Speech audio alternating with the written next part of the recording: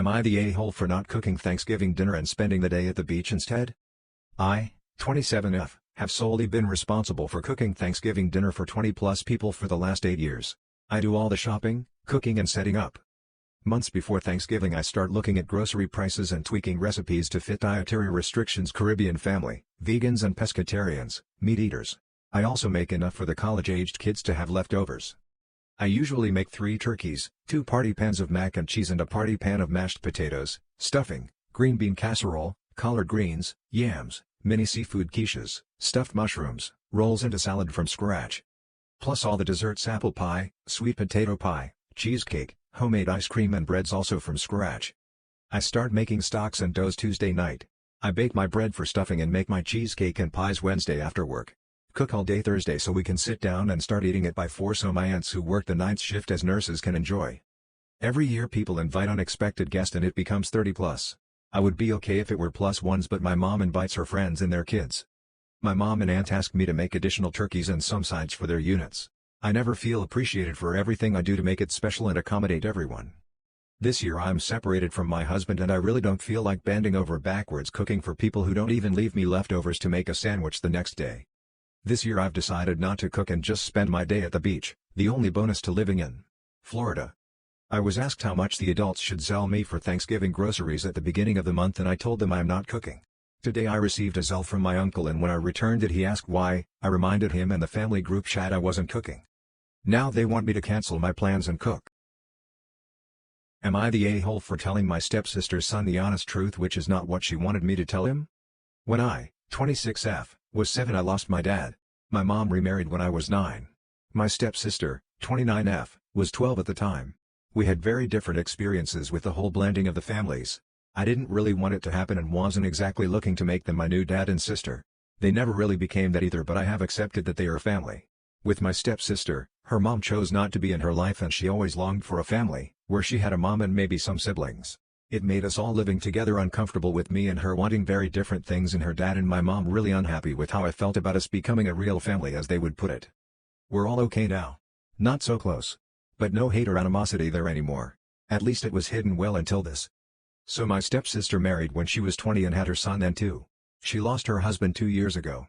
Her son is now 9. My stepsister has met a man, a widower, and he has 2 kids under 3. They are trying to get to the point where they move in together, but her son is not really blending with them, which is how she said it. He's not unkind or rude. But he's not really making an effort is how she views it. And he has said he doesn't want to be part of the new family she wants. They decided to go away for the weekend together and see if that would be a good experience and whether it would help them bond. She said her son ignored when the 3-year-old wanted to hold his hand and then he didn't want to sit with her partner who was also looking at the stars on their first night there. He also didn't want to take photos with them all. So she decided I needed to talk to him as someone who also lost my dad. She said the adult me could give him a more mature insight into everything. I told her I would talk to him but I would not read from a script. She told me to just be honest. I did talk to her son. I assured him that how he was feeling was okay and that I had felt the same way. I told him it was okay for his feelings to change and I answered honestly that mine hadn't really, they had just softened so I could like them as people even if they weren't my dad and sister. He liked hearing that and he said he really did believe that would be how he'd feel and I assured him it was okay. He was honest with how he just didn't feel the way his mom wanted to and I related with him with that. My stepsister did not like that and a couple of days later she was calling to curse me out and saying I didn't help her like I had said I would. She told me her son was more sure now that he didn't want to try and be a family with them and she told me I was so selfish to ruin her life the way I had ruined my mom's. I told her my concern was with her son and how he was doing. Am I the a-hole for not wanting to give my younger daughter's future wedding fund to my older daughter's house deposit? Me, M59, and my wife, M53, have 2 daughters, let's call them Rose, F27, and Lily, F24, who both earn roughly same amount of money, quite a lot for their ages. Rose has a 2-year-old and husband who earns a fair bit less than her and Lily has a boyfriend who earns a bit more than her. They both inherited a big chunk of money from my mother, enough for a 10% to 15% deposit on a house they could realistically buy. Rose has always lived beyond her means and certainly her husband's. They've alluded to using some of their house savings when their daughter, Poppy, was born despite my wife looking after Poppy full-time whilst my daughter worked. Her husband has recently confessed he hasn't saved a penny in the almost 10 years they've been together. On the other hand, Lily and her boyfriend have almost doubled the original amount saved and never seem to have any issues with money whilst we constantly seem to be helping out Rose. Both girls are looking at buying houses. Lily and her boyfriend have been approved for a lovely house with a 25% deposit. Rose also had an offer accepted, but as it turned out, due to commuting costs and childcare from moving away adding up to almost the cost of another mortgage, they will only be able to get a mortgage for roughly half they thought and only have 5%. Rose told Lily this and asked how on earth she'd been accepted on a bigger house as a younger couple. Lily was honest and told her how much she made as couple and how much they were putting down, and Rose broke down a little. She asked how much we had given Lily and we told her nothing extra. That night my wife and I were talking and she said she didn't realize how badly Rose was financially and how well Lily is doing. We'd paid for Rose's wedding and planned to do so for Lily too, but so far she's insisted she doesn't want/need it. I want to keep them money so we can still offer it when the time comes, even if Lily still won't accept, but my wife wants to give the money to Rose as she says having a child makes it a lot harder for Rose and she doesn't want the money to go waste when our only grandchild doesn't have a home. Am I the a-hole for splitting the bill at dinner and not letting my boyfriend pretend he paid? I, 24F, have been dating Ben, 26M, for 8 months. For context, Ben and I are from different income brackets, and Ben has expressed that he sometimes feels a little bit weird about this because he is a gentleman at heart, but he says it's hard to treat me since I'm not really impressed by his gestures.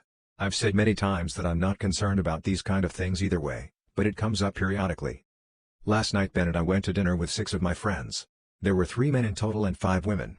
At the end of the dinner the 2 guys Max and Harry said they would get the bill, as the guys usually do when we're out.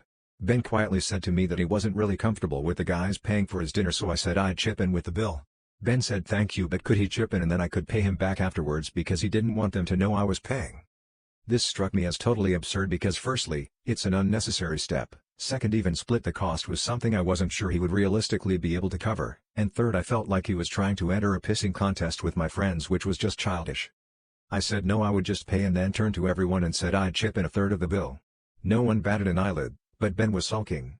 He's now mad at me saying I emasculated him and made him look bad in front of my friends. I think he's overdramatizing it because my friends couldn't care less and he needs to get over himself. Am I in the wrong for not letting him save face? Am I the a-hole for not fighting the school to allow my daughter to do cheerleading since the athletic trainer denied her? I am so tired and need an outside opinion. The school's athletic trainer, Beth, is a very strict woman. She started 2 years ago and at the time I thought she was just being a bitch and on a power trip. She was not. All she was asking for is basic respect. This became really apparent when the school had a meeting about her and went through every single incident with her. They used the camera footage for a lot of incident. Parents know that office is recorded, and it showed the kids were awful and she was professional. The kids were awful and really ended up have a tantrum when she told them no. Many times the kids calling her names, and it really made me reevaluate my opinion on her. One example for reference, one kid needed to do a balance test and take off their shoes. She had a fit and refused to do so. The athletic trainer told her that was fine, but without it they can't play. She took off her shoes and called her some lovely names. Not to mention the parents getting on her ass for it.